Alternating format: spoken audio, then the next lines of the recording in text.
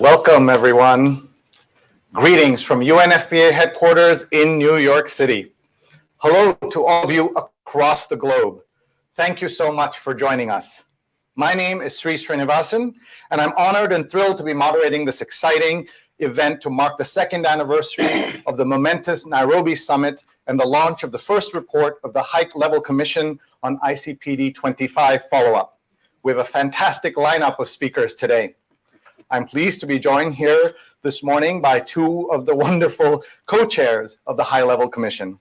His Excellency, Dr. Jakaya Kikwete, former President of the United Republic of Tanzania, and Her Excellency, Madame Michaëlle Jean, former Governor General and Commander-in-Chief of Canada, and former Secretary General of the International Organization of La Francophonie.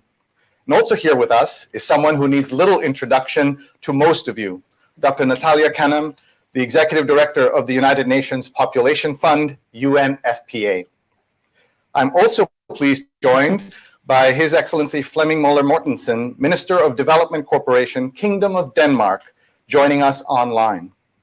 And Ambassador Njambe Kingyugu, Deputy Permanent Representative of the Republic of Kenya to the United Nations, here with us in the room, who together represent the two co-hosting governments that together put together the UNFPA convening Nairobi Summit. I'm also pleased to have online my co-moderator, Ms. Tulu Olumbunmi, who will be moderating the online panel in a little bit. And we'll also hear wonderful spoken word art performed by Ms. Rakaya Fatuga. Excellencies, participants in the room and online, welcome all. Just to give you a bit of context, let's set up the scene of how we got here. Cairo, September 1994. At the landmark International Conference on Population and Development, ICPD, 179 governments agreed to a groundbreaking comprehensive program of action. They call for a comprehensive and human rights-based approach to sexual and reproductive health and reproductive rights. Fast forward 25 years. Nairobi, November 2019, over 8,000 participants from 172 countries meet at the Nairobi Summit on ICPD25, hosted by the governments of Denmark, Kenya, and UNFPA to take stock and accelerate progress on these ICPD promises. Government leaders, activists, celebrities, business people, youth, and they made more than 1,300 commitments to action. They broadly fall under 12 overarching commitments that make up the Nairobi Statement on ICPD25.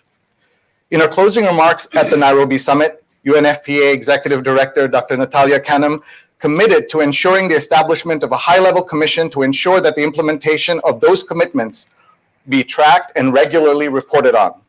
The fact that the world was soon hit by a global pandemic following the Nairobi Summit did not deter its launch. Now let's go to Zoom, September 2020. The High-Level Commission on the Nairobi Summit on ICPD25 Follow-up is inaugurated. In addition to two co-chairs, from whom we'll be hearing momentarily, the Commission includes a range of distinguished individuals from royalty to academia, civil society, the private sector, foundations, parliamentarians, ministers, and youth leaders. from all across the world. You'll hear from a number of them during the panel later in the event. As an independent advisory board functioning in their individual capacities and autonomous from the United Nations and any other parties, they're mandated to submit a public report to the UNFPA Executive Director, Dr. Kanem, on an annual basis. And we couldn't be more thrilled that today they're launching their first report. Feel free, please, to tweet about today's event and use your social media channels using the hashtags, hashtag Nairobi Summit, hashtag the march continues, ICPD25, and no exceptions, no exclusions. From the outset, the commissioners decided to take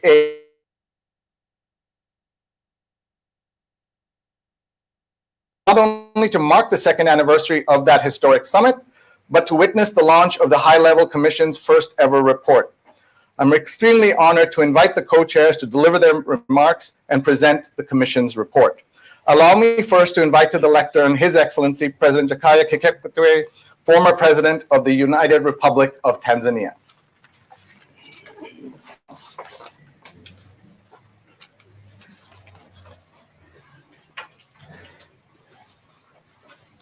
Thank you, moderator. Good morning. Bonjour. Buenos dias. Dobre utro. Assalamu alaikum. Alaikum salam. Your Excellency, Michaëlle Jean, fellow co-chair of the High-Level Commission, former Governor General of Canada, Commander-in-Chief of the Canadian Armed Forces, and former Secretary General of the International Organization of La Francophonie. His Excellency Fleming Mola Mortensen, Minister for Development and Nordic Cooperation of the Kingdom of Denmark, joining us online. Her Excellency Ambassador Njambi Kinyungu, Deputy Permanent Representative of the Republic of Kenya to the United Nations. Excellencies present, Dr. Natalia Kanem, Executive Director of UN Population Fund, distinguished participants, ladies and gentlemen. Today's event signifies an important milestone as we launch the first report of the High-Level Commission on the Nairobi Summit on ICPD25 Follow-up. As we all know, the Commission was established in September 2020 by Dr. Natalia Kanem, our illustrious Executive Director of the United Nations Fund, Population Fund.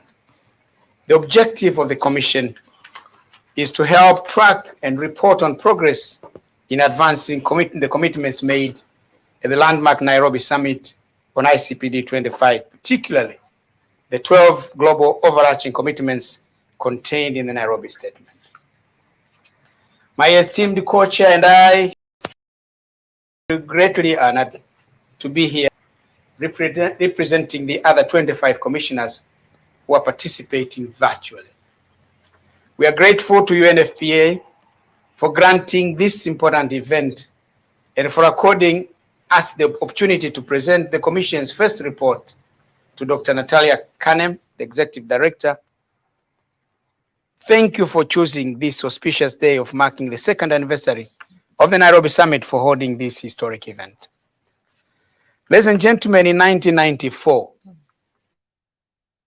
our National Conference on Population and Development held in Cairo, Egypt, articulated a bold vision about the relationship between population and development. 179 countries adopted a forward-looking program of action which recognized what counts about human beings is not only their numbers, but also the quality of their lives. For the first time, sexual and reproductive health and reproductive rights became a central element in an international agreement. The Nairobi Summit on ICPD25, held a quarter of a century later, was not so much about celebrating history. It was about translating the lessons learned over the past 25 years into a roadmap for the future. The summit offered a critical opportunity to assess past achievements, address continuing gaps, and develop a credible framework for tracking future progress. In this regard, over 1,300 voluntary commitments were presented by governments and other stakeholders. Also, that 12 core overarching global commitments that make up the Nairobi Summit and the Nairobi Statement were endorsed. Ladies and gentlemen, tracking the implementation of those core commitments is the core business of our independent commission. Implementation is essential not only for finishing the unfinished business of ICPD, but also for ensuring that we meet the aspirations and goals of the 2030 Agenda for Sustainable Development. Failure to accelerate action will undermine not only health and human rights, but also efforts to reduce poverty and achieve social justice. We in the Commission have taken our task seriously. Over the past year, we thoroughly reflected on our role and kept forging ahead to make sure that promises made in Nairobi are promises kept. We took a methodological approach to implementing our work, leading ultimately to the product we are about to present today. Let me state that the 27 of us worked together in an open, free, candid, and friendly atmosphere. And the conversation was very enriching. All aspects that are key to advancing sexual and reproductive health and rights for all were given deserving attention. We identified key challenges and opportunities, and they've put forward the recommendations for action by all stakeholders, including governments. As we are gathered here to celebrate the launch of our maiden report, the Commission recognizes regrettably that the ambition of ICPD is yet to be realized for millions of women and girls, men and boys the world over. Ladies and gentlemen, we have taken note of the fact that the COVID-19 pandemic has been a worrisome setback in the implementation of the Nairobi commitments and in advancing sexual and reproductive health and rights around the world. There have been increased cases of maternal death, unintended pregnancies, unsafe abortions, gender-based violence, and child marriages. In the report, the Commission points to disturbing patterns of inequality, of lack of accountability, exacerbated by the pandemic. Also injustice and discrimination based on gender, age, race, ethnicity, disability, status, and sexual orientation and gender identity, which translated in holding back vast numbers of people from realizing their rights and choices. Ladies and gentlemen, this is why the report calls for an agenda on sexual and reproductive justice. We must go beyond merely promising sexual and reproductive health and rights to ensuring that people have the ability to exercise their rights by removing the many barriers they face in health systems, families, and societies. An agenda for sexual and reproductive justice can make a more forceful case for abolishing discriminatory norms that constrain bodily autonomy, agency, and rights wherever they arise and however they manifest. It can reframe issues and the policy decisions that emerge from them. In the report, we recall the spirit of the Nairobi Summit, which demonstrated how much support there is globally for sexual and reproductive justice. While overall progress has been somewhat encumbered, we acknowledge the range of local, national, regional, and global efforts to move from commitment to action. We particularly want to acknowledge those of you on the front lines in the promotion and defense of sexual and reproductive health and rights.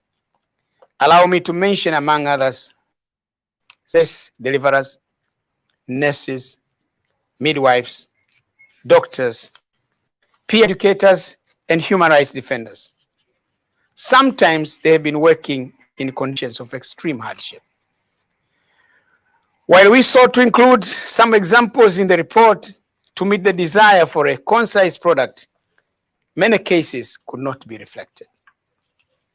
Allow me to make a humble appeal that as you convene at various levels to consider the report, we invite you to explore how the recommendations could further move forward from Nairobi commitments in your context.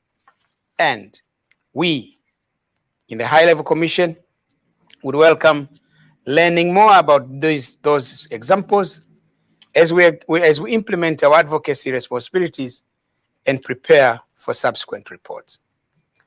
Excellencies, ladies and gentlemen, I would like, on behalf of the Commission, to reaffirm a commitment to lead and advocate for tangible, measurable progress on the 12 core Nairobi commitments.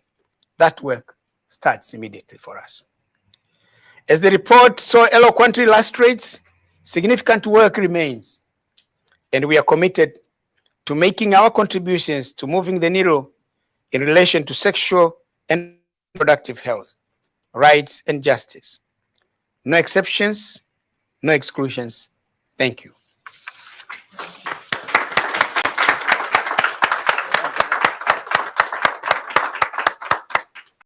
President Kikwete, so for those wonderful, powerful remarks. And before I bring on our next speaker, I want to remind all of you to please tweet and share your thoughts. Hashtag Nairobi Summit. The march continues. ICPD25, no exceptions, no exclusions. So you have a lot of choices. And if you'd like to tag the president, he's at JM Kikwete on Twitter. Now I'm going to introduce you to our next speaker. I'd like to invite Her Excellency, Madame Michaëlle Jean, who's the other co-chair of the Commission. She's also the former Governor General and former Commander-in-Chief of the Armed Forces of Canada, and she is on Twitter at Michaëlle Jean F. Please welcome her. Thank you. Excellency. It's an exciting day. Very exciting. Yes.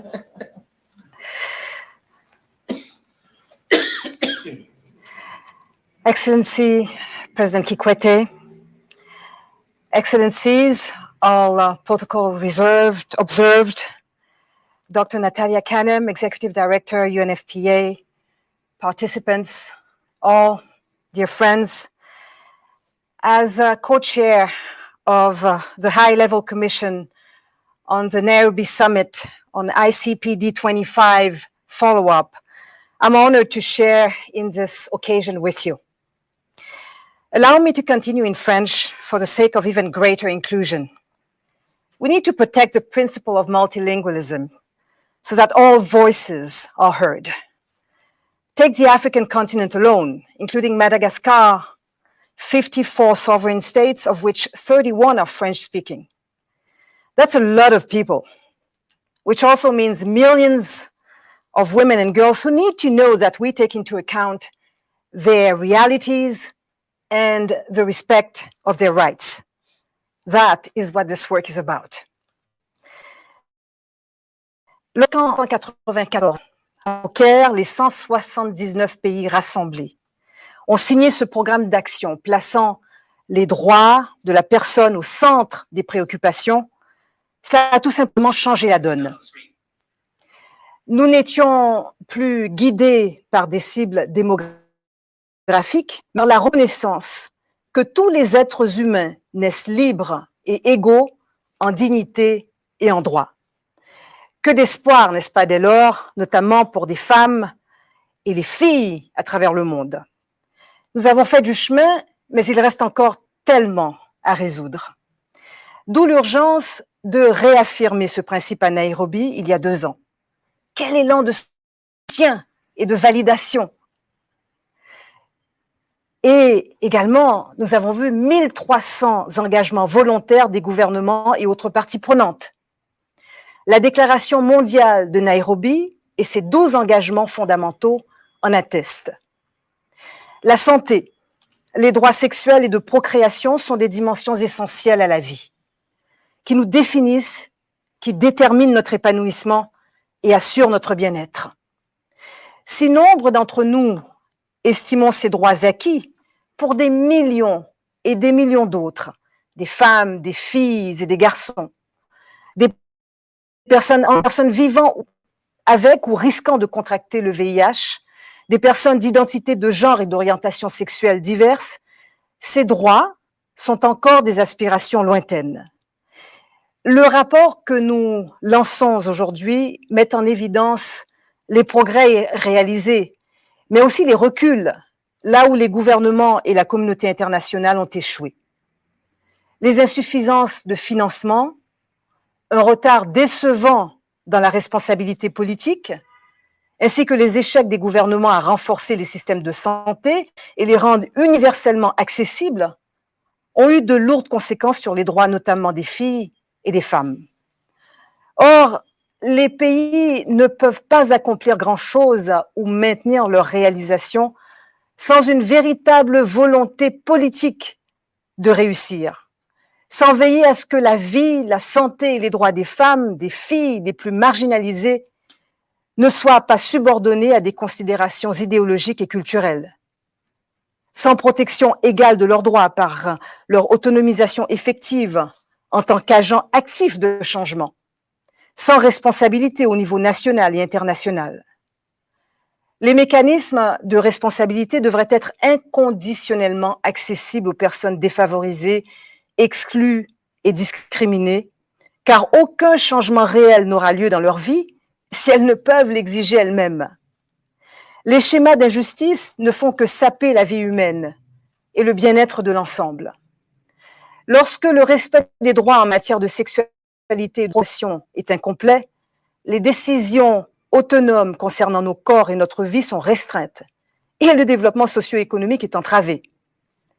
L'heure est à un financement national et international qui place les systèmes de santé sur la voie d'une couverture sanitaire universelle alignée aux engagements de Nairobi. Bien que les pays se soient récemment engagés à étendre la portée des services de soins de santé essentiels, aucun changement substantiel n'est apparent dans les allocations de fonds supplémentaires. Des donateurs internationaux effectuent des coupes radicales, injustifiables. La commission qui a produit ce rapport alerte contre de tels renversements et appelle à la plus grande vigilance, ainsi qu'à des garde-fous contre des positions enracinées, des programmes discriminatoires à l'égard des femmes. Nous saluons les mouvements citoyens qui réclament justice, qui réclament le respect des droits et des libertés. Ils méritent d'être soutenus comme des moteurs d'action et de responsabilité face à l'intensification des idéologies régressives. Le sommet de Nairobi a montré l'immense valeur de la solidarité mondiale et mis en branle une architecture plus rigoureuse fondée sur l'action de nombreux alliés travaillant ensemble en faveur de la justice eu égard aux droits sexuels et reproductifs. Nous ne pouvons, à ce stade, nous permettre d'échouer. Pour un changement de cap, pour de vrais résultats, pour l'avancement des engagements de Nairobi, la Commission fait les recommandations concrètes suivantes. Commencer par la justice. Tout travail sur la santé, sur les droits sexuels et de procréation doit s'opérer dans un cadre de justice et d'universalité. Placer les droits et le développement au cœur des priorités d'action. Développer une couverture sanitaire universelle qui intègre la santé, qui intègre les droits en matière de sexualité et de procréation, et au cœur aussi des services de base complets. Penser autrement, poursuivre les récentes innovations introduites dans les prestations de services de soins de santé afin d'accélérer la justice en matière de sexualité et de procréation, tout en soutenant la capacité d'action et l'autonomie corporelle des individus. Aller encore plus loin, conformément aux 12 engagements fondamentaux de Nairobi, tout en donnant la priorité aux groupes confrontés aux pires disparités. Assurer la visibilité financière, augmenter les financements nationaux et internationaux. Renouveler aussi le discours, produire de nouveaux plaidoyers sur la justice en matière de sexualité et de procréation, suffisamment précis, inspirants et puissants pour contrer l'opposition persistante. Madame Executive Director, dear Natalia Kanem, His Excellency President Jakaya Kikwete and I are very honored.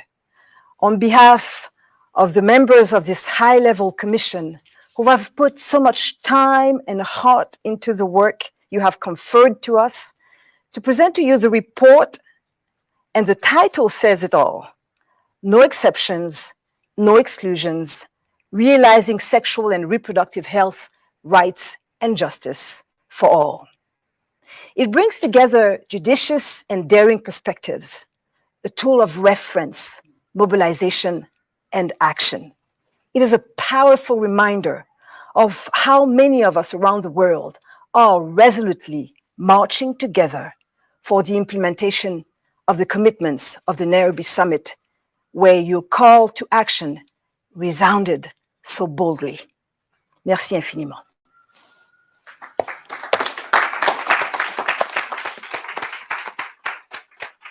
Wow.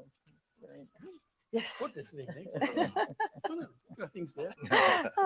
I have to say that really it's an immense, immense honor for us to present the report to you, Excellency. Please, Yes.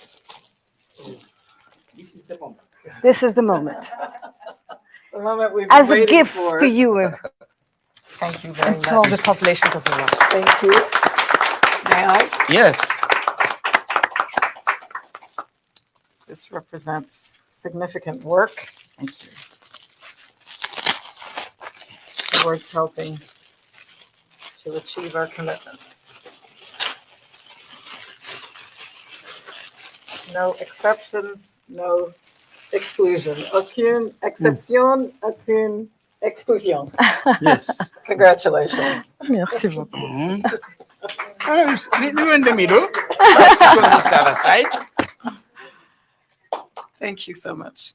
Thank you also for your Thank you. remarks. Really well done. Thank you for the Thank honor you have bestowed on us. La marche continue. The march continues. We'll continue to march. It's a very long Beautiful. march, but at the end of the day, we'll get there. Yes, yes, Get to the thank destination. you. We will. Thank you. Thank you so much, Your Excellencies. Thank you for your remarks and for that ceremonial moment handing the report to Dr. Natalia Kanem, UNFPA Executive Director, as the first and foremost recipient of this bold and forward-looking report. Let's now hear from Dr. Kanem as she responds and shares her remarks with us. And please continue to share and post your thoughts and comments online. Thank you.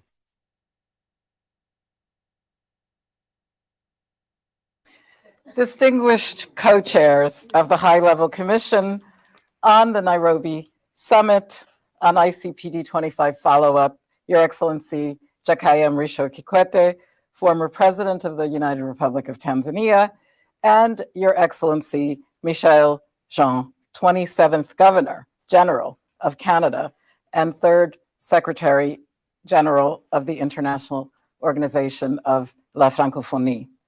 Distinguished members of the High-Level Commission, Your Excellency Flemming Møller Mortensen, Minister for Development and Nordic Cooperation, Kingdom of Denmark, joining us online.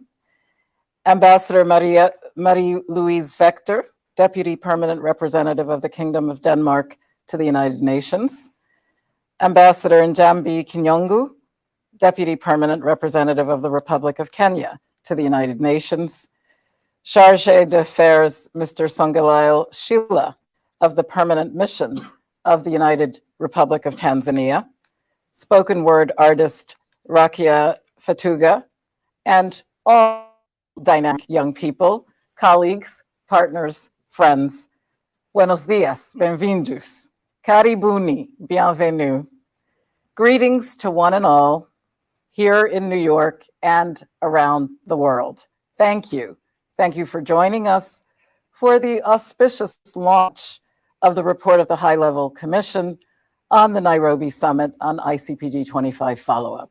I'm delighted you're here, and I welcome the report we launched today. No exceptions, no exclusions, realizing sexual and reproductive health, rights, and justice for all. The title alone instills hope, ambition, and aspiration, inspiring us to carry forward the journey that began in Cairo in 1994 and took us to Nairobi exactly 2 years ago. The world convened in Nairobi around a central belief that good progress is not good enough. Governments, civil society, youth groups, activists, and experts made commitments for accelerating action to realize once and for all the full promise of the ICPD program of action. At the conclusion of the summit, I announced that UNFPA would establish an inclusive, high-level, independent commission to monitor progress on and to advance the ICPD agenda and the commitments of the Nairobi Statement on ICPD25. It's a transformative framework with 12 core goals that encapsulate the 1,300 commitments from diverse partners globally. And despite the challenges posed by the COVID pandemic, which began almost immediately following Nairobi Summit and left no country unscathed, the High-Level Commission was inaugurated in September 2020. Excellencies, commissioners, in your role as members of this independent body, serving in your individual capacities, we look to you as leaders and as champions in your areas of expertise to assure that we stay on track, that we make the necessary investments to get to zero unmet need for family planning, zero preventable maternal deaths, and certainly zero gender-based violence and harmful practices, that we invest in quality data to zero in on those most at risk of being left out or left behind. We listen to and amplify the voices of those who are furthest behind. I commend each of you, commissioners, under the leadership of the exceptional co-chairs, for your significant contributions to the Commission's work this past year. Your leadership, your advocacy, your investment of time, your persistence, your effort has produced this first account of progress in coordination with the Commission Secretariat and the lead author, and in partnership with implementing partners and UNFPA colleagues all around the world. Your report offers compelling and challenging recommendations for action by the global community to fulfill the promise of ICPD and achieve the 2030 Agenda for Sustainable Development. Indeed, we continue work in partnership to step up, to speed up our collective efforts to realize these eminently achievable goals, drawing on the Nairobi commitments and your crystal clear call to action to realize sexual and reproductive health, rights, and justice for all. That includes our work to integrate and strengthen the presence of the Nairobi commitments in national and regional frameworks, in the global processes of the Human Rights Council and the High-Level Political Forum, and in the United Nations Sustainable Development Frameworks and UNFPA country program documents. It includes national action plans and the work plans of myriad partners from government, the private sector, who stepped up, civil society, academia, and many, many more. So we implement those Nairobi commitments. And I understand that a report can only capture a snapshot of the totality of what follow-up entails. I encourage all of us to reflect at all levels on how the recommendations of this inaugural report could augment your existing efforts, what you're doing, your innovations, initiate new approaches so that we keep moving forward. Excellencies, commissioners, partners, and friends, I am pleased that so many of you are invested in making good on the Nairobi commitments and realizing sexual and reproductive health, rights, and justice for all people everywhere. I thank our wonderful co-chairs who worked so strategically and so well with our commissioners.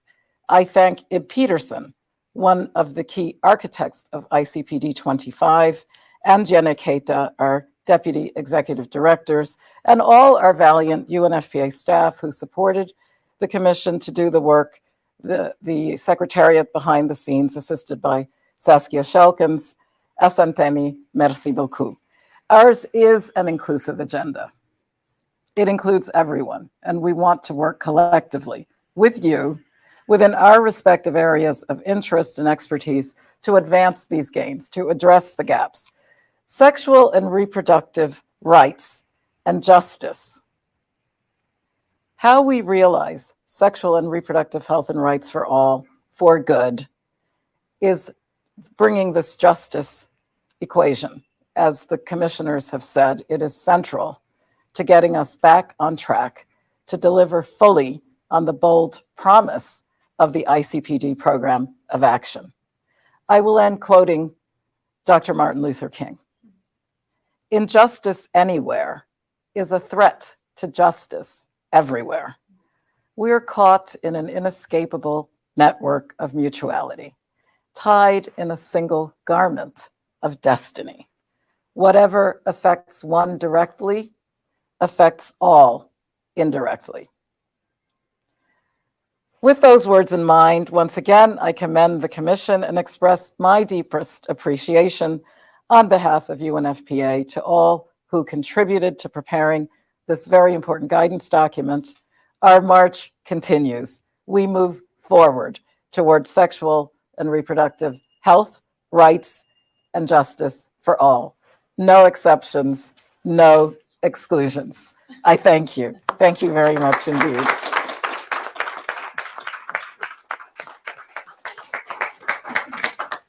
And justice for all.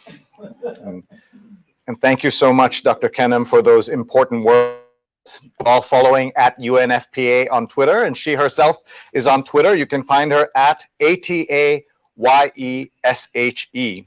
It's great to see the Commission's report being received with great enthusiasm and to have heard the co-chairs allude to its main messages and recommendations.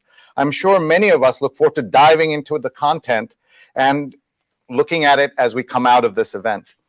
Let me note that the report is available in English and French on the Nairobi Summit website, which is nairobisummiticpd.org, and executive summaries are available in Arabic, Russian, and Spanish. Before we head into our next segment, that'll be moderated by Tolu, I have the pleasure to announce a short video that will provide some further information about the High-Level Commission and its first report. This will be directly followed by a spoken word piece by Ms. Jakaya Kikwete. In 1994, the landmark International Conference on Population and Development fundamentally changed the way we look at our societies. It put people, rights, and voices at the center. In 2019, people from 172 countries met at the Nairobi Summit. Progress on these governments, activists, celebrities, business people, youth, and more made over 1,300 commitments to action. These fall under 12 overarching commitments in the Nairobi Statement. After, a high-level commission linking 27 eminent leaders from around the world began tracking the commitments. Each year, the commission reports on gains and gaps. In 2021, the commission's first report finds progress on some commitments, but it also sees erosion in sexual and reproductive health and rights. Services have shut down. Finance is short. Political accountability has lagged. This is a failure we cannot afford. It undercuts human rights, development goals, and our future. To urgently change course, the Commission boldly calls for sexual and reproductive justice. It's an agenda that goes beyond promising sexual and reproductive health and rights. It delivers these in people's lives. To get this agenda moving now, the Commission makes a call for action. New and expanded mechanisms should hold governments and the international community accountable for change. New and expanded movement building, including with young people, civil society, and parliamentarians, must push back against regressive forces. Universal health coverage and stronger health systems should make sexual and reproductive health and rights essential services, and these should be free of charge. Health systems should expand self-care and digital health options that proved successful during the pandemic, while taking deliberate steps to close the digital divide. Sexual and reproductive justice is a rallying cry that will inspire many. The Commission considers it the surest route to closing inequalities and gender gaps, to being resilient to crisis, and to making demographics work for development. Sexual and reproductive justice is how we realize sexual and reproductive health and rights for all, for good. No exceptions, no exclusions.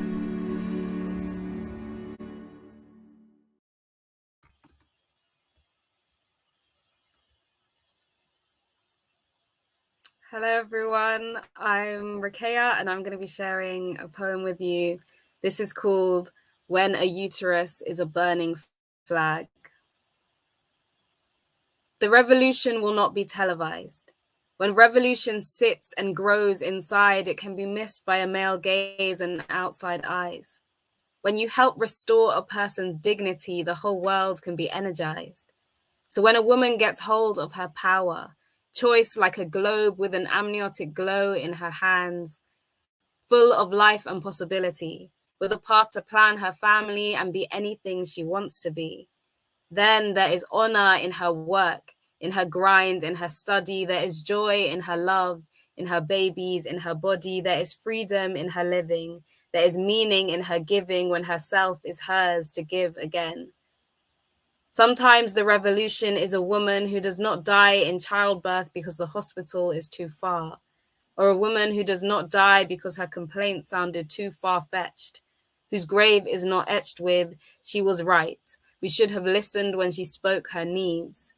The revolution is in listening to a whisper when it bleeds the urgency of the moment.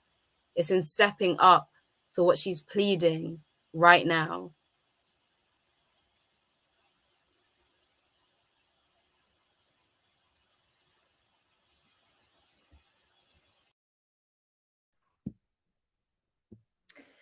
Excellencies, President Kikwete, Madam Jean, Dr. Kanem, our audience in New York and around the world, welcome to the launch of the first report of the High-Level Commission on ICPD25 Follow-up.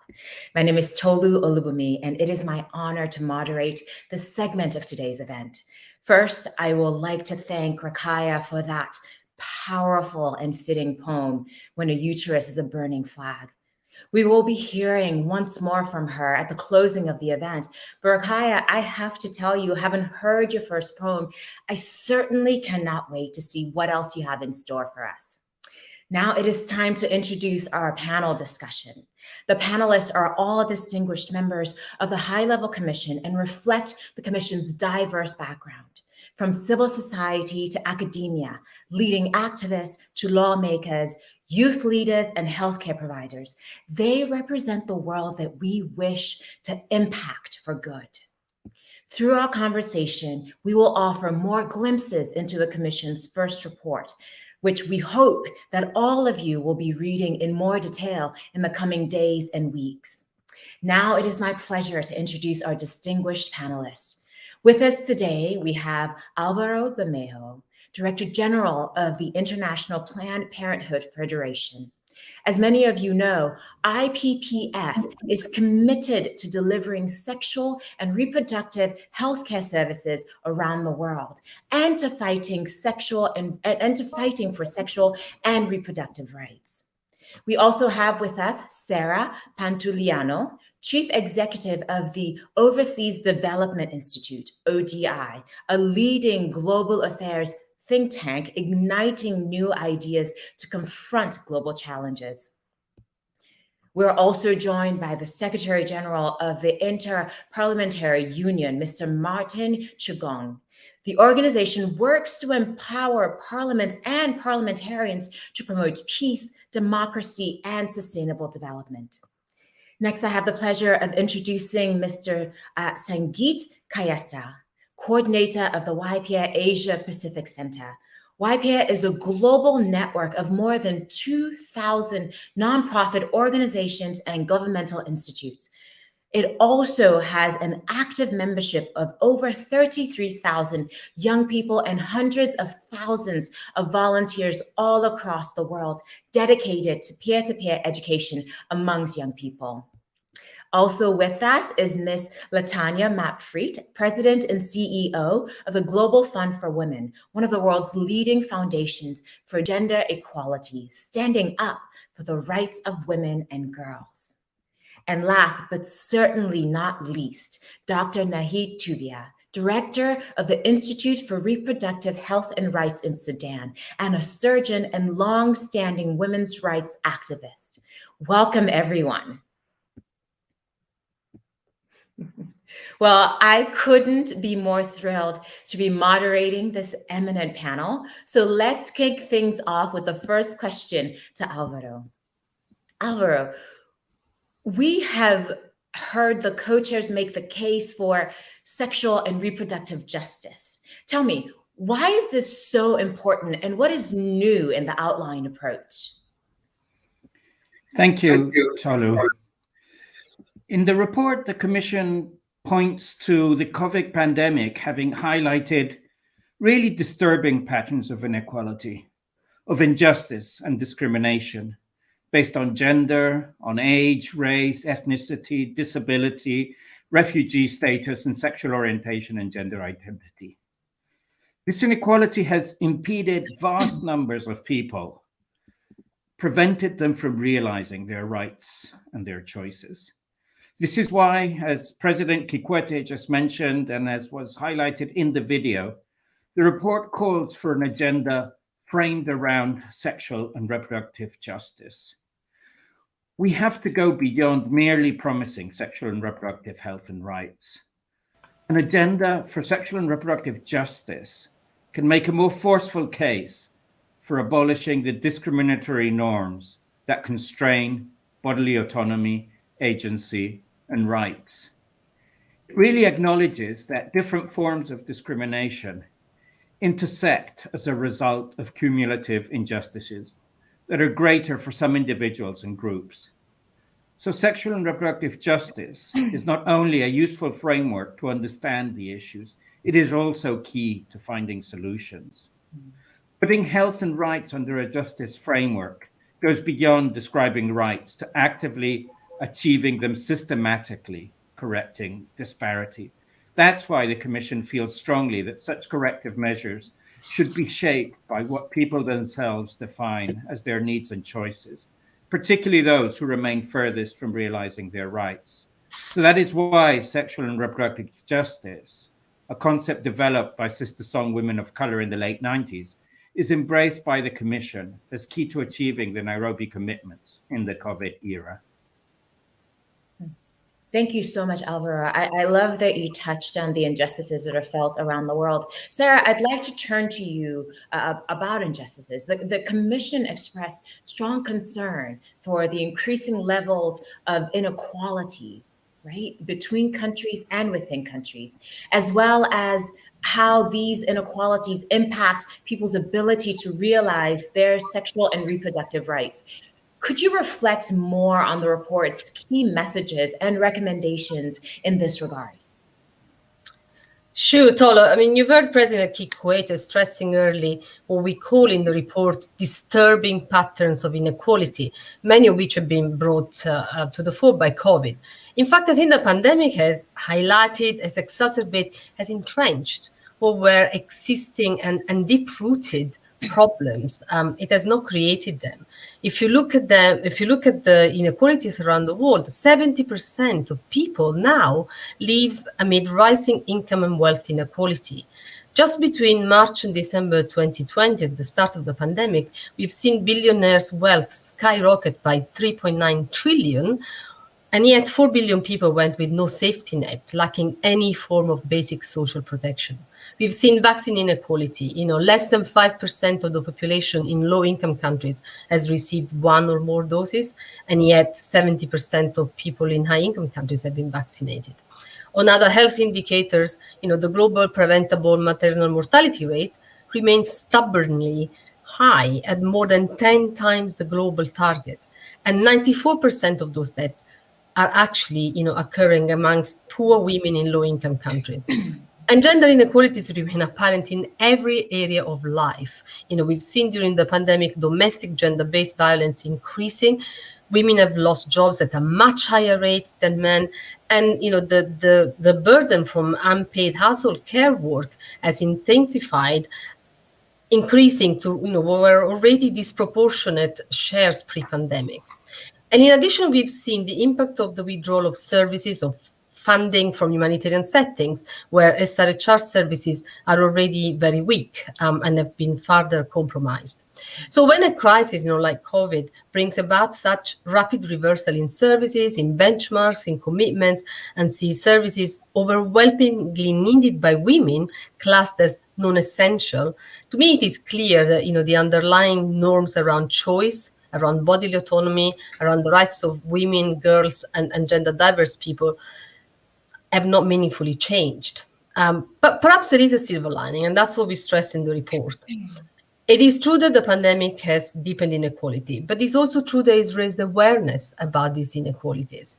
The Black Lives Matter movement, the extreme disparities in vaccine access, have inspired concern and a quest for justice. And I think that a turning point could be at hand. That's why our first point in the call to action is make sexual and reproductive justice the goal. And this needs to shape everything we do. SRHR is connected to, is indivisible from every area of life. It is life-saving, critical, urgent healthcare that cannot be separated out from the rest of the health sector. And I think it's also a question of the fundamental right of all people, regardless of gender or any other distinguishing feature, to choice and to timely, appropriate, and inclusive healthcare. But what we need is the political will, if we want to accelerate the progress that is unfolding, driven by the demands of people's movement for an end to inequalities and injustice. Without a doubt, such excellent points. Nahid, Sarah just mentioned the rapid reversal in services. This report certainly underscores the importance of integrating sexual and reproductive health services as essential services into universal health coverage. Now, as the director of the Institute for Reproductive Health and Rights in Sudan, can you explain what that means and what it would require? And if I may ask, if you could also highlight some of the innovations in delivery of healthcare services that have occurred due to the ongoing COVID-19 pandemic that could actually help in advancing the agenda. Thank you, Tula, and good day to everybody everywhere in the world. I think, as Sarah just said, we start with policies, we start with political will. We need to put written policies in the country. Governments have to make the commitment. They have to find the resources, financial, human resources, and otherwise, as well as international donors. These are the basics. This is the framework. But I believe also, and this happens in a country like mine, that we're going through a lot of transition from a regime that just ignored SRHR and even vilified it to a more progressive era. What we need to do then is to work on people, starting by the people within the health sector, the doctors, the nurses, the health assistants. Everybody has to be brought along and to understand that people have the right to reproductive health, not only just with health, but even to understand the rights aspect of reproduction and sexuality. So we have to work within the people working within the health system. But then I actually absolutely believe, maybe as an activist, that people themselves have to own the idea that this is their right. And without that, the systems will start getting lax. If we want justice, we have to have people asking for that justice. And again, that's where in the report we talk about especially the intergenerational dialogues, and especially the movements of the youth who are now saying, we want to have the right to make choices for ourselves. I think that aspect of the community that has to be emphasized here. With regards to how that worked out in COVID, and actually you can see by integrating the energy and the resources of different actors during COVID, some very good examples happened. At least within the developing world, we found that there's more information being spread using technology, such as, of course, the internet, but even mobile phone technology at least provides information of where to find services, what's happening, even delivery of some of the contraceptives, making sure supplies are flowing. And in some of the more developed countries where there is more access to services and more, I mean, internet and digital services, such as in Europe, for example, abortion services, which are very time sensitive, was possible to deliver at people's homes where people had control over their own process of terminating pregnancy when they need to. So I think by bringing along everybody, making sure that inside the system and outside the system, there is demand and movement towards integrating the agenda of sexual reproductive health, rights, and justice without any gaps in the middle. I like that. Thank you so much, Nahid. Now let's stay on the topic of the pandemic for a moment longer. Sangeet, the COVID-19 pandemic has taken a toll on young people everywhere. We have seen school closures globally, youth unemployment increase threefold. And there is significant projected increase in the number of child marriages, especially of girls. UNFPA often talks about the 10-year-old girl as being at the center of their programmatic and policy focus. As a young person and a youth leader, what would you recommend that we do in order to make the Nairobi Promise a reality in the next decade for girls that are 10 years old today? Yeah, so as we have discussed, the report really highlights the commitments, right? And also it really have focused on the changing reality because the commitments made by government in 2019, it's already 2021. So those commitments should be considered looking at the COVID pandemic. And I think, like, in my opinion, this COVID-19 have really showed us, so at least in Asia or in, let's say, like developing countries, we knew that our health system were outdated or our education system was not up to date, right? But we never knew that it was so much outdated, so much, how to say, like, it's so much under the schedule. So when we also going through the, let's say, health system, we'll, like, through this time in 2 years, we're also working on some studies, working with many young people in rural countries, rural areas. We found that the education system was still so outdated. And also we knew that the changing of the priority of the government, that we went to different hospitals, right? Even our friends, and we visited there even during the pandemic. We saw that the health system, SRHR, were no longer priority for the government. So that's the dark side. But looking at the bright side, when we look at the bright side, we think that it came as opportunity as well. So at least for the rural, like young girls or young people in rural area, definitely they were not so lucky to get online education or not lucky to get the education during the pandemic. But at least for the young people in the rural area, let's say semi-urban area and urban area, it came as an opportunity, because without the pandemic, these young people who got this Zoom classes or Google Meet classes or online education, and also who knew about this, as Dr. Nadi just mentioned, that it came as an opportunity for many of us. So before the pandemic, no one actually considered like how online education should be done, how education should be, let's say, modernized, or how health systems should be modernized using the helpline numbers or online tools. But at least after the pandemic, it was done. So coming back to my opinion, in my opinion, the only thing is 10 years, as you asked, like 10 years is enough for us. I think in 10 years, if the governments or if the civil society want to make some changes, I think 10 years is quite a big number. Looking my 10 years back and looking till now, I think 10 years is a very good time to make some positive changes. And the only way how a government or the civil society or even the UNFP can make change is, I think, by modernizing this education system, modernizing the health system, and updating like what's going on. Because that's only the way, in my opinion, that can really make a 10-year-old girl child now to look at the brighter future after 10 years with a secure job, secure health system, and secure education. Yeah. So that's the answer from my side. Thank you. Thank you for that. So looking forward, our next question will focus on recommendations from the report. And Martin, I really want to bring you in to the discussion on this piece of it. One of the key recommendations calls for broader engagement with parliamentarians.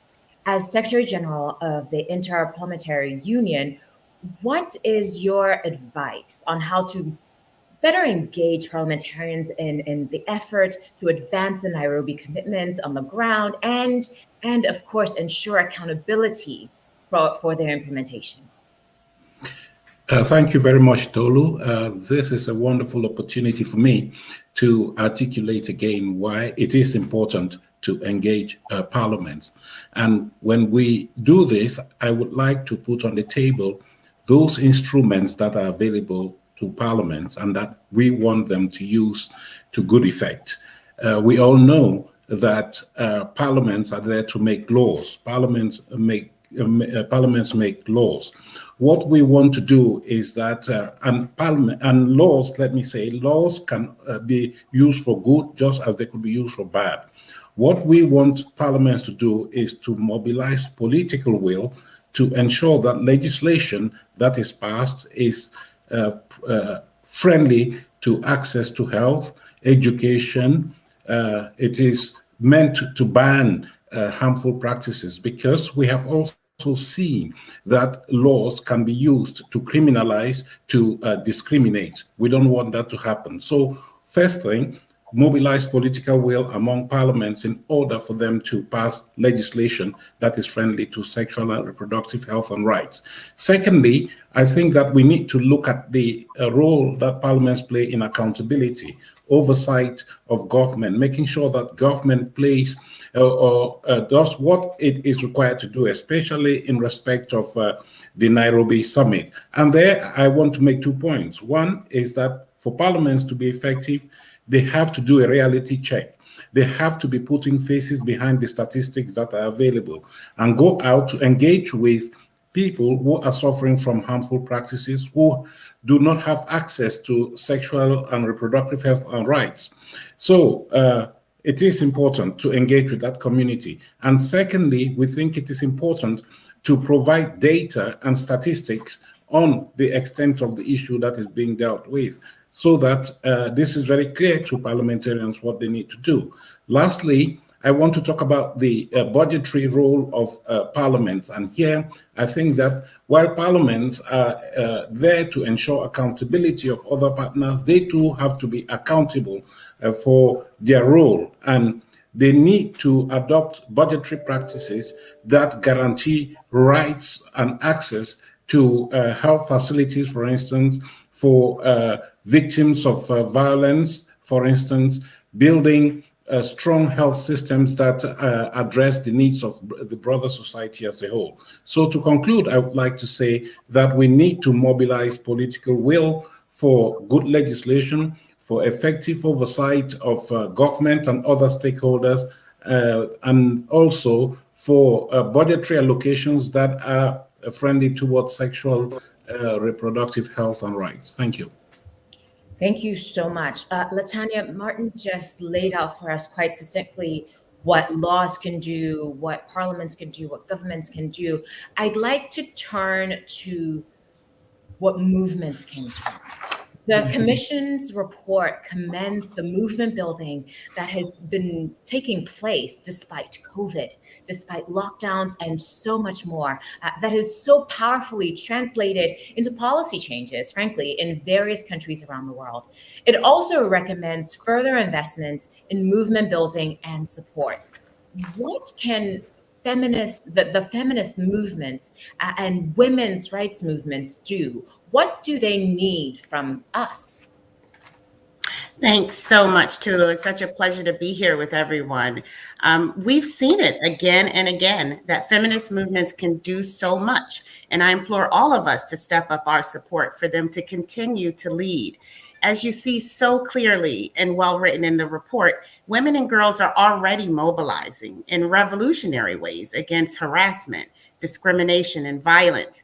And as we mentioned, from Black Lives Matter to the Red Umbrella Movement to Me Too to Neonaminos, and we can go on, whether we're in Lebanon, Sudan, Iraq, Chile, people around the world are demanding a more equal world through movement building, and feminists are on the front lines. These movements are online, they're offline, and they're building this broad-based and intersectional constituencies. And at Global Fund for Women, we believe that this transformational social change comes from movements that are led by those that are the most impacted and the most marginalized. What we're seeing in the Commission's report and across our work is that funding grassroots gender justice leaders creates the long-term change that we're all looking for, and that this kind of funding works. And this is our moment, right? This is our moment to step up. And this time of COVID, and in the midst of so many intersecting crises in the world, including the devastating climate crisis and political unrest in countries around the globe, we can all step up by giving activists the funding they need to drive transformative change. Specifically, by funding local leaders to pursue the change they seek in the work that they prioritize, and providing them flexible funding so they can adapt and respond to opportunities or crises. Gender justice movements give huge social returns, yet receive a tiny investment. Less than 1% of gender equality funding reaches the grassroots. We can't defund this kind of work. We need to increase this kind of work because this is the way we ensure no one is left behind. Movements are consistently under-resourced, and funders have really struggled to effectively meet their needs. And with civil society spaces shrinking in many places globally, funders, governments, NGOs, and more must step up for grassroots leaders and movement actors in order to accelerate change. So at Global Fund for Women, we urge stakeholders, including all donor countries, to scale up, not dismantle, critical funding for locally driven solutions that shift power and allow all of us to thrive. So the simple answer to your question, Tulu, is that funding grassroots feminist movements is critical, full stop. Thank you. I love that. This is our moment. Thank you, LaTanya. What an excellent first round filled with rich insights. The Commission can certainly count on a lot of enlightened minds, and I hope those listening and watching are finding this discussion helpful in getting a better understanding of the Commission's work and the report. Okay, let's move into our second round of questions. Sarah, I'm going to start with you this time. The report speaks out forcefully on the need for continued reliable and increased funding and financing to make the Nairobi commitments a reality. At the same time, the Commission expresses concern about the risk that governments reduce their assistance budget to focus instead on COVID-19 recovery efforts at home. Can you tell us more about that and what can be done to prevent happening? Thanks, Tolo. Well, financing of sexual and reproductive health and rights is under threat unless it is specifically prioritized, because it exists in an environment where, overall health spending is falling, and there is a pressure to enact spending cuts that is growing in many quarters. The pandemic has led to a twin fiscal shock. On one hand, we see spending needs have risen because countries seek to mitigate the pandemic and the sudden economic slowdown, and at the same time, revenues are falling. And in donor countries, austerity will most likely be held up as the way forward for economic recovery post-COVID. But austerity is not the answer. In fact, I would argue that for health systems or for the economy, social investment in health, education, and care are the answer. Social spending is very frequently the first area that gets, to experience public expenditure cuts under austerity measures. And in fact, pretty much always ends up relying on women's unpaid care work to fill the gaps. But we've seen a lot of research that challenges, this, if you want, this response. The International Trade Union Confederation has done research across a number of OECD countries that's found that investment in both physical and social infrastructure creates jobs. But actually the latter, the investment in social infrastructure, creates considerable more jobs for women than the former. And many of these jobs actually have relatively good working conditions. Their research also found that investing 2% of GDP in health and care can generate employment increases of 1.2 to 3.2% across a number of emerging economies. And yet, a number of international donors have already made radical and, in my view, unjustifiable cuts in support for sexual and reproductive health and rights. The UK government, for example, has made devastating cuts to ODA of about 4 billion GDPs, with a disproportionate impact on programs aimed at women and girls. If you see, for example, the reduction of UK funding to UNFPA supplies program by 85%, it's a staggering figure. Now it is not the time to disinvest in sexual and reproductive health. Continued and increased investment is a matter of rights, is a matter of justice, is a matter of development overall. And the report really stresses that it is backed by long-standing evidence of high returns on these investments. When investment in preventive sexual and reproductive healthcare increases, overall healthcare costs decline.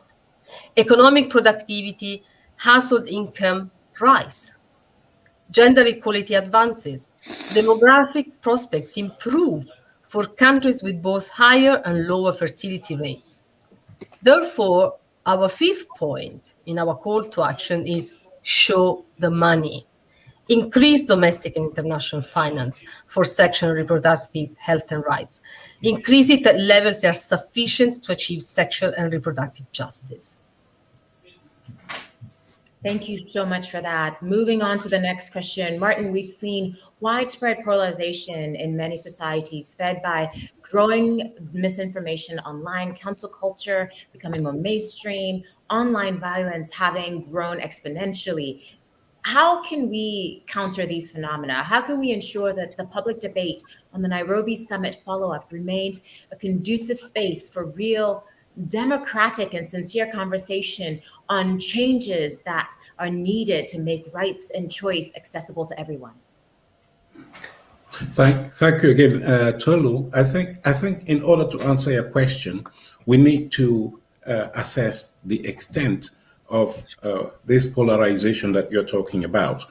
When last week we were discussing the threats to democracy and global threats in general to peace and security, and one issue that kept coming up was the misuse of the internet, creating polarization, misinforming, spreading fake news. And more when it comes to women's rights, when it comes to sexual and reproductive health and rights, what we are seeing is that there is an increased incidence of violence against women. And let me go to Parliament again. There we see that women parliamentarians are targeted online for threats of death, rape, and beatings. We had a study done 3 years ago in Europe, and we saw that 58% of women parliamentarians had reported these threats. In Africa, we're seeing a similar situation. So if we need to address this issue, we need to go back to Parliament again and make sure that Parliament is a space where there is zero tolerance for such online misuse of the internet. It is very clear that the COVID pandemic has not helped, and we think that it is important to address this and at the global level put forward the virtues of multilateralism and solidarity in order to cope with this rising phenomenon. We need to come up with a global code of ethics that would seek clearly to outlaw such harmful practices. And this should trickle down to the national level where it matters. And there, I think that it is important that parliaments be seen as beacons of protection for women's rights. first of all, by empowering women and young people. It is not normal that women who account for more than 50% of the population account for just 25.5% of parliamentary membership. It is not normal that young people who are driving today's transformation account for only 2.6% of parliamentary membership. So we need to encourage women and men to be part of the conversation if we want to address the issue of polarization. That is a point that I wanted to bring up strongly, and that we create parliamentary institutions that are gender sensitive, that address issues that pertain to women in a very robust manner, that address violence against women in a robust manner, and create an environment where there is zero tolerance for threats or other I would say, attempts at the integrity of women in general. Thank you very much. Thank you so much for that. What incredible insights. We could be here. I could sit here and listen to you all forever. Unfortunately, we are running a bit behind, so we're going to speed things up a little bit here. Coming back to you, Alvaro, one of the global commitments in the Nairobi Statement specifically calls for providing quality, timely, and disaggregated data and improvement of data systems to inform policies aimed at achieving sustainable development. The Commission, in its report, offers a traffic light system tracking key indicators for the 12 core Nairobi commitments by region as one of the indexes. It is remarkably red and orange, as you know, seeming to indicate that the world is still a long way off in realizing the Nairobi commitments and the ICPD agenda. What is key to understanding this matrix, and what is needed in relation to the data that you would like to underscore? Thanks, Tolu. Well, the first thing I'd like to underscore is the fact that we have this matrix. I think I'd like to start by praising the efforts of the monitoring working group that really came up with it to track the 12 core global commitments made at the Nairobi Summit. It is a very important part of the Commission's push for accountability. The matrix shows two things. One, which you've just highlighted, limited progress. Seeing too many reds and oranges should definitely worry us all, as it shows a lack of progress against the Nairobi commitments. I think we need to be careful not to say that we haven't made progress since Cairo, since ICPD in '94.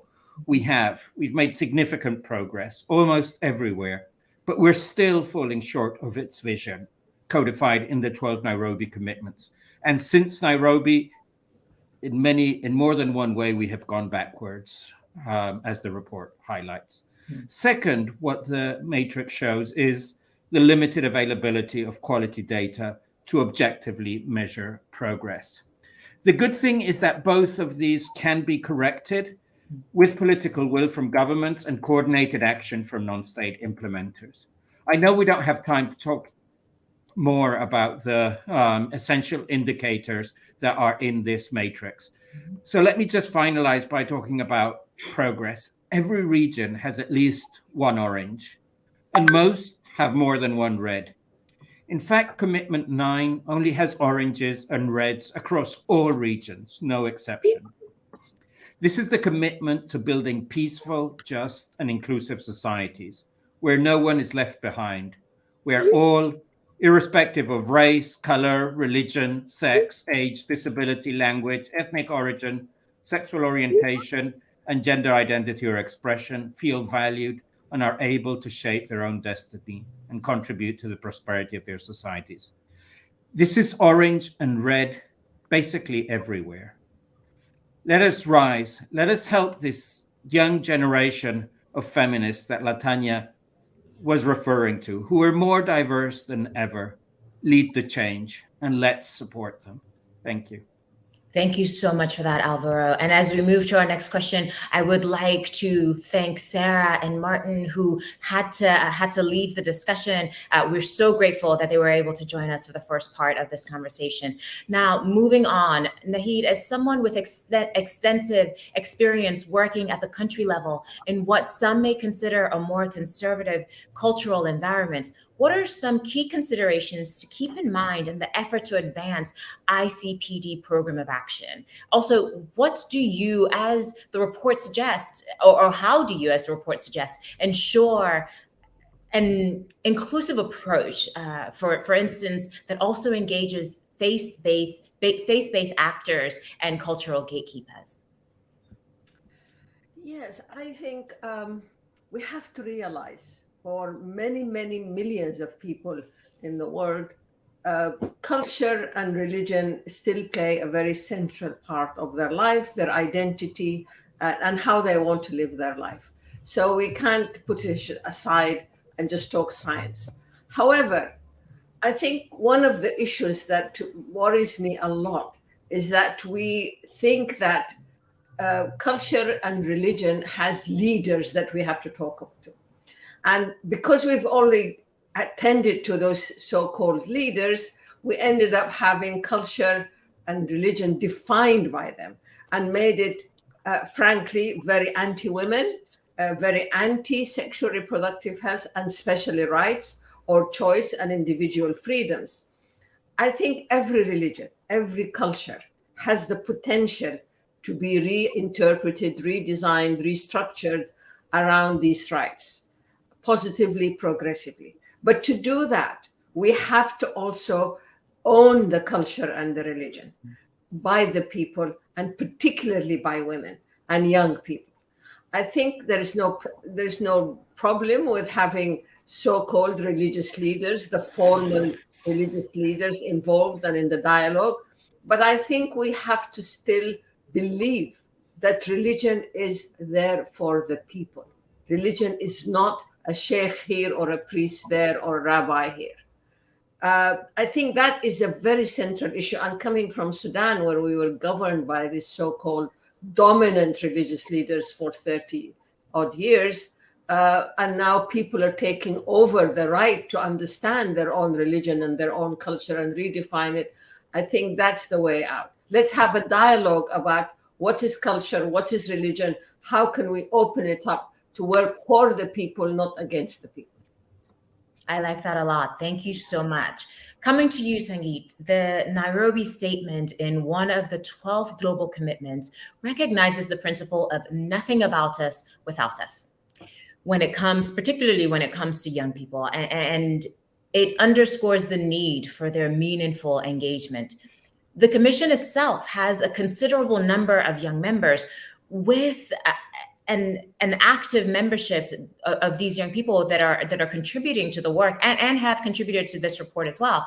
Now, Sangeet, as a young person on this panel, no offense to everyone else, or to me for that matter, what would you say this engagement needs to translate at the country level and local levels? What can young people in their own communities, schools, workplaces do to become more active agents for positive change?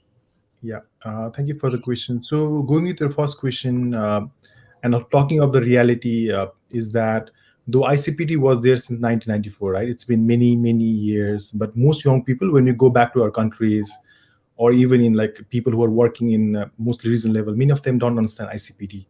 And most of them have never heard of ICPD, SDGs, or lots of commitments which our government have in so many years. So not hearing about ICPD, SDGs is not an issue, right? Because that's fine. But the main concern is most of these young people, they never know like what are the national policies of regarding health, education, anything else that matters to them.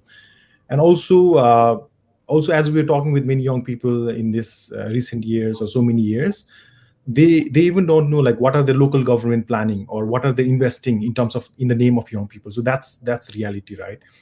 So talking about the next thing, young people, they know that what they want and they are expert, right? So more than me, more than people who are in this panel, or more than our like people who are staying in the UNFPA who are there speaking before us, young people, they know that what they want. The only thing is like the support which they are not getting. So if there is some actions they want to do, we really need to support them, and that's the main thing, and that's the main reality for now. And regarding your next question, like how they can be positive change. So in my opinion, how they can be is a wrong question, I guess. So they are making change. They are making change as a teacher, sometime as a policymaker, sometime as a peer educator, sometime as managers.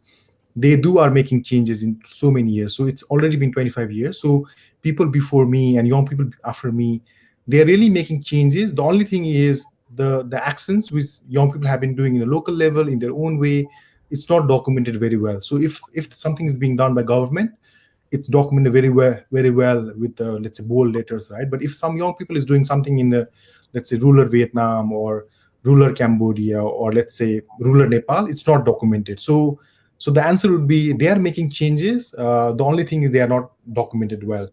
So I think like that's the only thing what we need to do is to support them and to highlight their efforts. Yeah.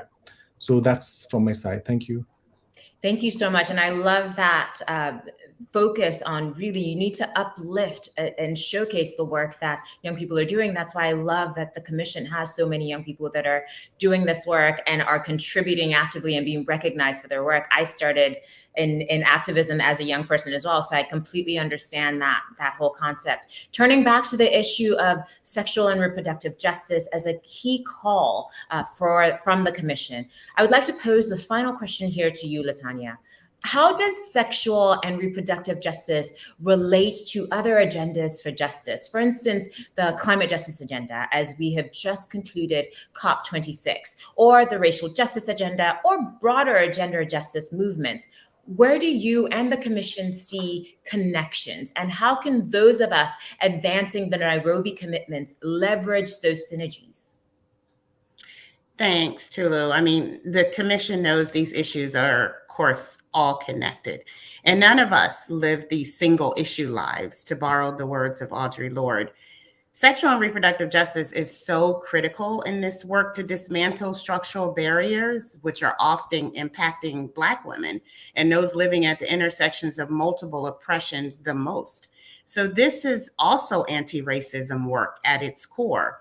When you restrict women's access to sexual and reproductive health, it's harder to reduce her poverty and hunger, and it's impossible to improve her health or her education access so that she can achieve gender equality. Economic growth and sustainability, of course, also suffer from lack of access to sexual and reproductive health. This also impacts upon women's ability to work and makes it harder to reduce income inequality gaps. Climate change, to take one example, has disproportionate effects on women, people of color, LGBTQI communities, and youth. And let me say, while the climate emergency takes the world stage at COP26, global leaders need to listen to Indigenous women and other marginalized peoples who have been taking action over the past weeks for hashtag, for example, feminist climate justice. In the Caribbean and Pacific small island states, climate change is not a matter of if, but when. These islands have already been grappling with the effects of climate change in ways that we have only begun to acknowledge: rising sea levels, land loss, and intensifying local and national disasters. Just to name a few. Noeline, a feminist with Diva for Equality in the Pacific, says the struggle is long and we are strong. We will never give up on this planet. We want system change, not climate change. There simply can't be gender justice without racial justice, climate justice, queer justice, and so many more. And that's why it can be so harmful to fund in silos. Real people's lives are much more complex. Kimberly Crenshaw coined that term, intersectionality. So let's get focused on flexible, long-term support to those that know what's required in the moment, allowing them to tackle all of these injustices intersectionally. Thank you, Tulu. Thank you so much. What an incredibly powerful end to this discussion. Thank you, Latanya, and thank you to all of you for allowing me the privilege of having this conversation with you. It has been both eye-opening and energizing. I'm an activist, but I used to resist that label until I realized that stripped of all political messaging and divisive rhetoric, activism is quite simply putting public action behind our inner convictions. A favorite novelist of mine, Chimamanda Adichie, says that we should all be feminists. Well, I would add to it that we should all be activists. I am beyond grateful that everyone on this panel is on the job, and everyone on the commission, the high-level commission, is on the job. But I would also encourage each and every one of you that is with us today to join the fight if you haven't done so already, because there is no time to wait to make rights and choice a reality for all. It is now time to move on to our final segment. Again, a special thank you to all of our panelists. In the final segment of the program, we will hear from the Nairobi Summit co-hosting government of Denmark and Kenya before the final closing remarks by the High-Level Commission co-chairs and Dr. Natalia Kanem. Before handing the moderating duties back to Sri in New York, I would like to welcome His Excellency Flemming Møller Mortensen, Minister of Development Corporation, Kingdom of Denmark, who is joining us from Copenhagen to deliver his remarks. Your Excellency, the floor is yours. Thank you very much, Excellencies, ladies and gentlemen. I'm excited to join distinguished speakers here today to keep the momentum of the Nairobi Summit going. Denmark was proud to co-host that landmark event. I commend the High-Level Commission for their work to follow up on the summit and to point to where we can do better. While I do recognize that some progress is happening, it is also very clear that we need to do more to reach the global commitments of Nairobi. A few weeks ago, I was in Burkina Faso together with Her Royal Highness Crown Prince Mary, a very fruitful visit. Burkina Faso is a country that today has family planning as a national priority. A woman in a rural village told me how she regretted to not having access to contraception when she was young. Now she recommends family planning to her daughters so that they can decide for themselves how many children they want. Such personal stories show how family planning is a game changer for the individual woman and for society at large. Unfortunately, progress of sexual and reproductive health and rights in Burkina Faso is being undermined by the security situation and consequences of the climate changes. The same is true in many other contexts. The global changes for women and girls are many. The pandemic has led to increased gender-based violence and severe setbacks on maternal health. It has deepened existing gender inequality, and we must unite to reverse and change these trends. In Denmark, the support for SRHR cuts across all political parties in our parliament. Women and girls' rights to decide over their own body is a top priority in Denmark's new strategy for development cooperation. And we have followed up on our Nairobi Summit commitments by increasing funding for organizations working for women and girls' health, rights, and education, and by strengthening the response in Denmark to victims and perpetrators of gender-based violence. And we will continue to push for progress at all levels. And just to name a few, we co-lead the SRHR Action Coalition. We have pledged for more contraception and sexuality education at the Gender Equality Forum. And we led the global call to action to prevent gender-based violence. The overall goal is to advance rights and choices for all.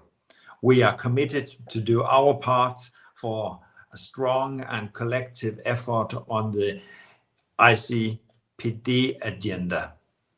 Thank you, everybody.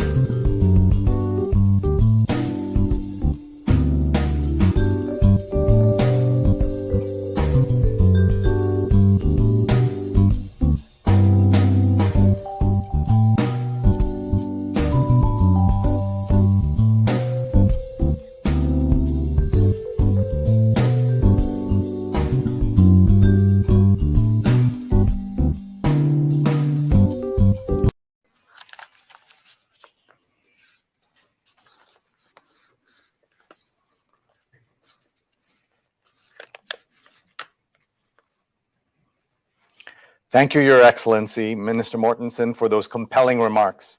And also, wasn't that a great panel we heard Tulu moderate? A virtual applause for her and all those great panelists.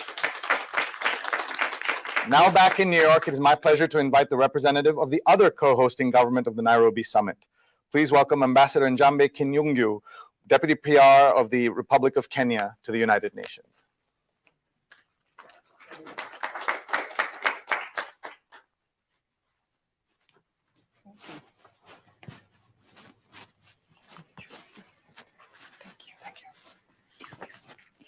They'll put the mic on.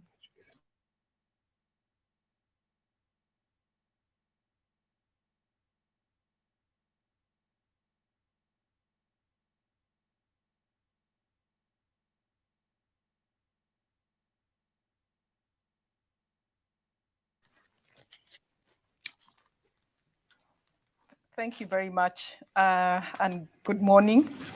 It's really a pleasure to be here and to join such distinguished chairs, co-chairs of the High-Level Commission. Excellencies, ladies and gentlemen, distinguished participants, I am honored to represent the government of Kenya on behalf of Ambassador Martin Kimani, Permanent Representative of Kenya to the United Nations, at this auspicious event for the just launched first report of the High-Level Commission on the Nairobi Summit on ICPD25 Follow-up, no exceptions, no exclusions. I would like to recognize the UNFPA leadership under the Executive Director, Dr. Natalie Kamem, for continuing to inspire, lead efforts, and mobilize momentum to track and achieve the mandate of ICPD. I know that she is indeed very passionate. I had an opportunity of meeting her in Nairobi in 2019. Our summit co-host, the government of Denmark, remains a strong advocate for the human rights and a strong proponent of leaving no one behind. Your work is highly commendable and essential. Kenya is committed to ensuring continued cooperation with UNFPA, Denmark, other member states, and partners to achieve more advances in promoting gender parity, representation of women in decision-making, fighting gender-based violence and harmful practices, and stemming the disproportionate effect of COVID-19 pandemic on women and girls. Indeed, the well-being of women and girls, as well as all individuals, is fundamental if we are to achieve the Sustainable Development Goals by the year 2030. The road to achieving the ICPD began led with ambition to Nairobi in 2019 and continues despite the challenges and changes the world is managing. Given what we already have had during the launch today, we are eager to see how the recommendations of the report, no exceptions, no exclusions, could translate to moving further the ICPD agenda and in our context in Kenya with a view to realize our own Nairobi commitments. Since the Nairobi Summit, Kenya has integrated population health and development programs towards increased budgetary allocations, thus ensuring growth in the health sector, financing in order to cater for universal health coverage. We are also implementing national policies and programs on affordable housing, competency-based curriculum for education of the girl and boy child, as well as social protection programs to cater for the vulnerable, including senior citizens. In addition, we have formulated policies and passed legislation to end all forms of gender-based violence, female genital mutilation, and guaranteed universal access to quality sexual, reproductive, and maternal health services. We are also targeting the eliminating barriers that impede youth participation in decision-making, planning, and implementation of development activities at all levels. Today's launch is an enriching milestone. We must be proud of this launch of the report by the High-Level Commission on no exceptions, no exclusions, realizing sexual and reproductive health rights and justice for all. I am indeed happy to be a part of this process, to listen and hear your reflections and the call to re-energize the global community to the realization of breathing new life into the ICPD agenda and justice for all. This will indeed contribute to achieving Agenda 2030. Distinguished participants, to make an impact and to see change, we must work together, building on our individual and collective strengths. Kenya looks forward to engaging in this process and for continued success to the work of the High-Level Commission on the Nairobi Summit on tracking the ICPD25 and its follow-up and commitments. No exceptions, no exclusions. I thank you. Asanteni, merci. Fantastic, thank you. Thanking Ambassador Kinyungu for her remarks. It's now time to start our closing segment. We will hear once more from our impressive co-chairs of the High-Level Commission. Allow me first to invite Her Excellency, Madame Michaëlle Jean.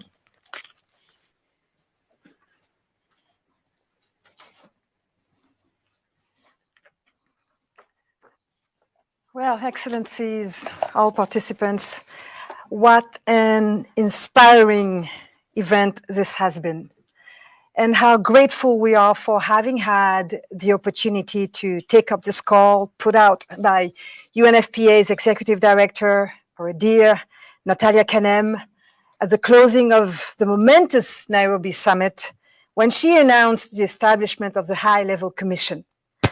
Having been asked to co-chair this eminent group of commissioners tasked to track and report on the progress made in the spirit of Nairobi, the Nairobi commitments, is something that neither I nor my co-chair, His Excellency President Kikwete, have taken lightly.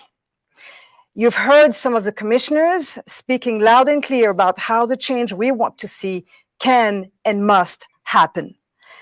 Nous savons qu'il y a une énorme attente de la part des milliers de personnes qui se sont rendues jusqu'à Nairobi il y a 2 ans maintenant, au nom aussi de ces millions d'autres dont la vie dépend de la réalisation de la santé, des droits sexuels et de procréation. Et nous savons surtout que c'est une question de justice. Nous avons été chargés de dire la vérité au pouvoir politique, de tenir les promesses du Caire et de Nairobi bien en vie. J'espère que vous sentez que nous avons tenu promesse.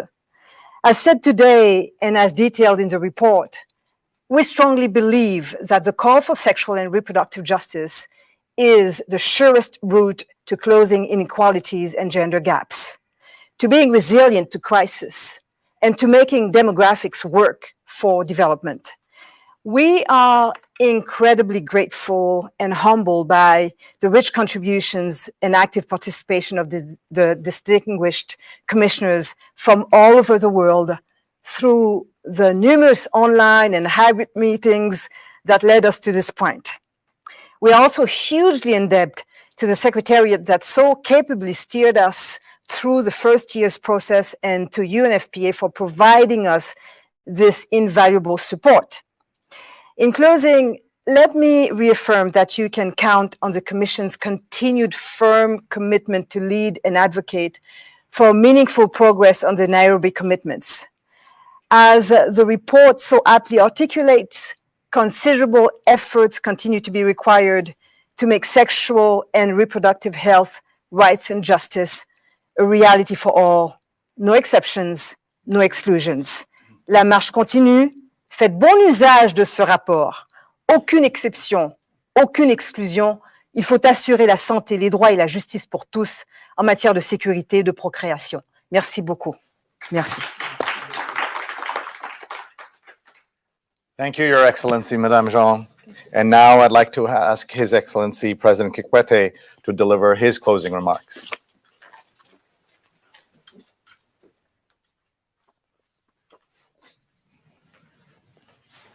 Excellencies, distinguished participants present and those following online.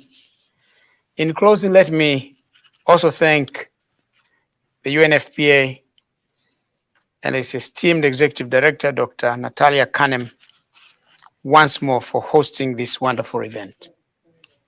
Thank you also for establishing the High-Level Commission on the Nairobi Summit on ICPD25 Follow-up, for providing its important mandate while safeguarding its independent nature. As co-chairs, we are grateful to all commissioners for their amazing contributions to the work that we do. The wonderful commissioners we have seen in the panel today, and the many more that joined us remotely, your engagement and investment of the past year have paid off and helped us deliver our first report that we all stand behind so proudly and confidently. Also, sincere appreciation to the Secretariat and all that have supported, all those who have supported the Commission in arriving at this critical juncture. More than anything, we are grateful to all those who kept the Nairobi flame burning, sometimes against all odds and in the midst of a global pandemic that is still very much here with us.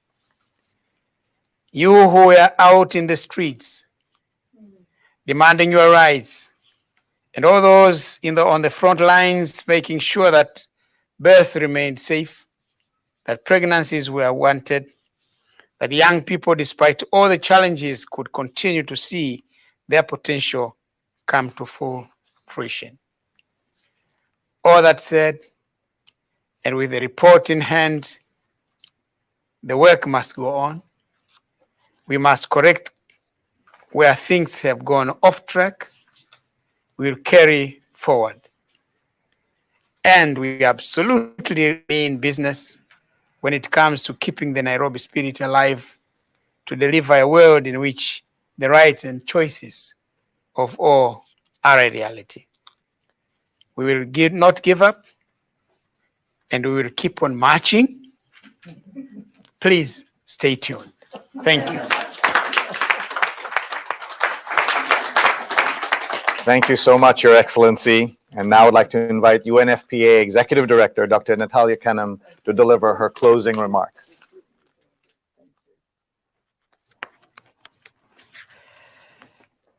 Excellencies, distinguished co-chairs, thank you. Commissioners, thank you. All participants. This report already, we see, is inspiring new thinking and hopefully a recommitment to action. Action that is sorely needed as we hear that the pandemic and so many other challenges are derailing progress on sexual and reproductive health and rights. And some might say, you know what, it's just a report. It's just words on paper. Yet words matter. Words have power. The power to translate that power that women and girls inherently hold into action, action that would bring to life the ICPD program of action. With no exceptions, no exclusions, the Commission has resoundingly reaffirmed the inclusiveness of our ICPD agenda and taken us a step further to state that indeed there can only be justice if there is bodily autonomy and justice for all. With this Commission, you have truly delivered with your first report. It shows our determination to monitor and track those 12 Nairobi commitments towards the well-being of women and girls. Yes, words have power. Words have the power to excite, to inspire, and to give hope. Words also chronicle our lasting impact. And I sincerely hope that the Commission's words in this first ICPD25 follow-up report will carry far and wide. Adelante, the march continues. Thank you very much. Thank you so much, Dr. Kennan, and thank you for that powerful closing. I hope you have all enjoyed being part of this important event. I believe no one, without any exception, can come away from this gathering not being impressed by the critical work of the High-Level Commission and eager to start reading up on the Commission's first report, No Exceptions, No Exclusions. I thank all of you for joining us, the small in-person audience here, and of course the people joining us online, live, and in the recording. Let's keep this conversation going online on social media through the hashtag I shared earlier, Nairobi Summit. The march continues, ICPD25, and of course, no exceptions, no exclusions. On behalf of Tolu and myself, I want to thank you all for letting us be part of this program. Today's report reminds me of how far we've come from Cairo in 1994 and how far we have to go. I was there in Cairo as a young journalist with more hair, and I can't wait to see where we all go together. As we wrap up, I invite one more spoken word performance by our artist, Jakaya Kikwete, to lead us into the closing with her final performance. Thank you very much.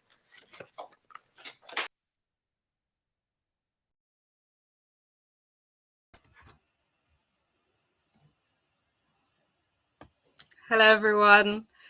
Dr. Kanam's closing statement with words have power is definitely echoed in this final poem. So this poem is called Words Can Last. Sticks and stones may break my bones, but words can last beyond me. Words can hold us up.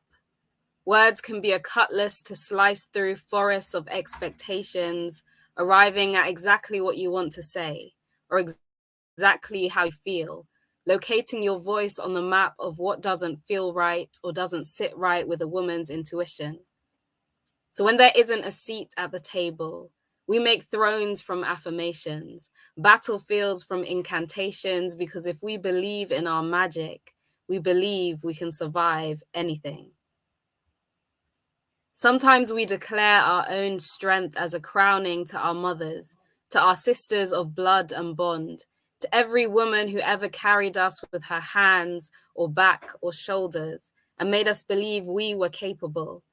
I can because you did, because you are, and I have seen you unfold like a sunrise, flaming and generous.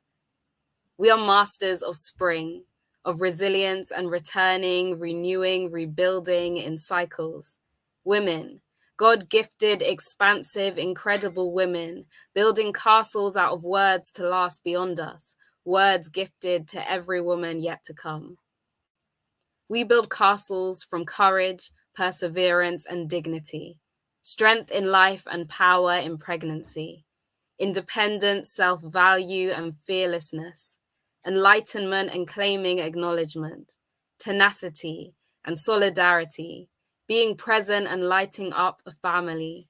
We build from words of freedom and inspiration, prerogative and education, the confidence of her equal worth, the majesty of being a baby's first earth, forgiveness, love, and influence, rich spirits, fulfillment, and affluence. We gift softness without fear. We gift honesty and the authority of a boss switching fluently from multitasking and multifaceted to writing her own unique narratives, because these castles cannot even contain us all. There are so many ways to describe women. Expansive, incredible women, building castles out of words to last beyond us, who are magical because we have survived everything, who are magical in every rising and every new spring, who are magical simply in our humanity by being so wonderfully women. Thank you.